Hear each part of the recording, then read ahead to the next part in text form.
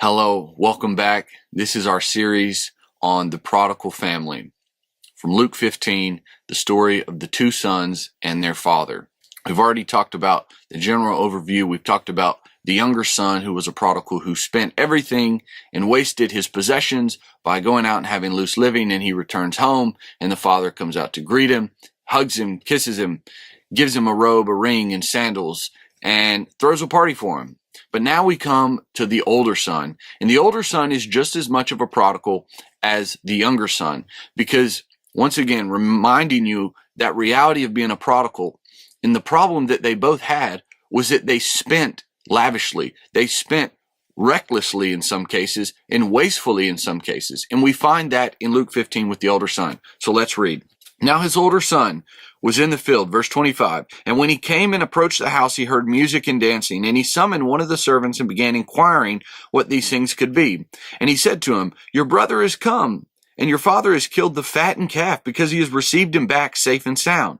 But he became angry and was not willing to go in. And his father came out and began pleading with him. But he answered and said to his father, "Look, for so many years I've been serving you, and I have never neglected a command of yours. And you have never given me a young goat, so that I might celebrate with my friends. But when this son of yours came, who has devoured your wealth with prostitutes, you killed the fattened calf for him." And he said to him, "Son, you have always been with me, and all that is mine is yours. But we had to celebrate and rejoice, for this brother of yours was dead and has begun to live, and was lost and has been found." This is the older prodigal. And what has he done with his life? Well, he has lavishly spent, recklessly spent his life in the field with the perspective and the mindset of fulfilling every command, working in the field of the Father. Is working in the field bad? No. But the relationship that he lacked was the same relationship that the younger son lacked. It was a relationship with the Father, a relationship of knowing the Father and the goodness of the Father. For the older prodigal's viewpoint and mindset was one of lack and scarcity, of expending all of his energy fulfilling commands in the field without recognizing the goodness of the Father, and all that the Father has was his. You see, being stuck in the field as the older prodigal, we feel like that, yeah, we're to work in the field.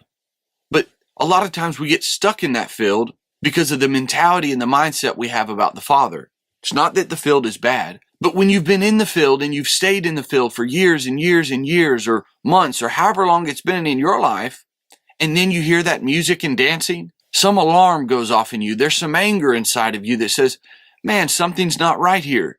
The system's not working how it should, because I've supposed to have been doing everything that I was supposed to do, yet I'm not able to participate in the celebration, in the music, in the dancing, in the good time, in the good food that's happening. You're on the property, but you're not having relationship with the people. That's the older prodigal. That's me. That's all of us in a lot of ways. We've been serving all these years without fulfilling, without transgressing against any of the command, always to fulfill it. And we didn't get a reward of a goat in a party with our friends. You see, even the older prodigal has a scarcity mindset, because he thinks that at least he should have gotten a goat. The younger son didn't receive a goat when he returned home to be part of the family. He received the fattened calf. That was the best thing to eat. That's definitely the best tasting.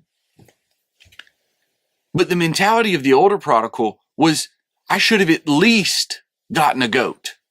At least gotten a goat. Where is my goat? Where is my party? Where are my friends to celebrate with? You see, after spending all of his energy, recklessly spending all of his energy, outside of relationship, outside of the truth, trying to fulfill every command, and possibly even fulfilling every command, that's at least the case that he makes. The Father doesn't respond to him or disprove him, as our good Father usually does, because it's not about that. But he's been working and working and comparing, in comparison of what he didn't have and what he didn't get is what kept him separate. That's another mentality. He had spent all his energy, all his time working and working and working.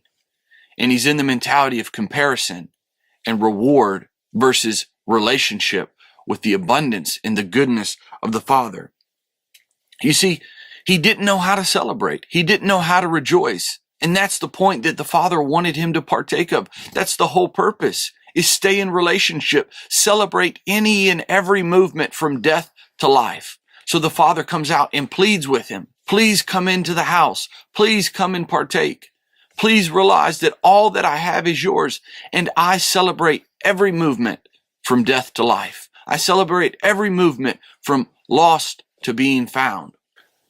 The older son, who's a prodigal, very much like myself and all of us, we feel like we've been fulfilling the commands, working and working in the field all day long. We never left the property. We may not have spent the financial possessions, but we've spent the heart possessions of energy and time and perspective and relationship. And we've wasted those because we're trying to fulfill every command. The Father comes out to us and he pleads with us. Come home, come into the house, come join the celebration. Join and be a part of the movement from death to life, from being lost to being found. Take some time. Ask yourself, do you ever feel like that older prodigal son? Do you ever have those thoughts of, I'm angry because I haven't gotten a goat? I haven't gotten a party with my friends? If that's you, if you feel that, don't condemn yourself. Don't be ashamed. Take some time in prayer and meditation and contemplation and consider what the Father is saying to you. Come in. Come home. Come celebrate. Come rejoice with us, for all that I have is yours. It's not about the field. It's not about fulfilling every command. It's about walking in the relationship of the family of God with the good Father. Hope this blesses you, and take some time to consider it in your own life. I know that it's transformed mine because I've definitely felt like that older prodigal son who's been in the field working, fulfilling the commands, not getting what I think I should have gotten.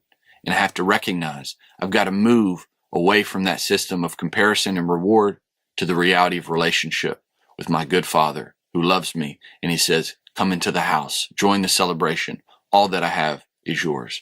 God bless you.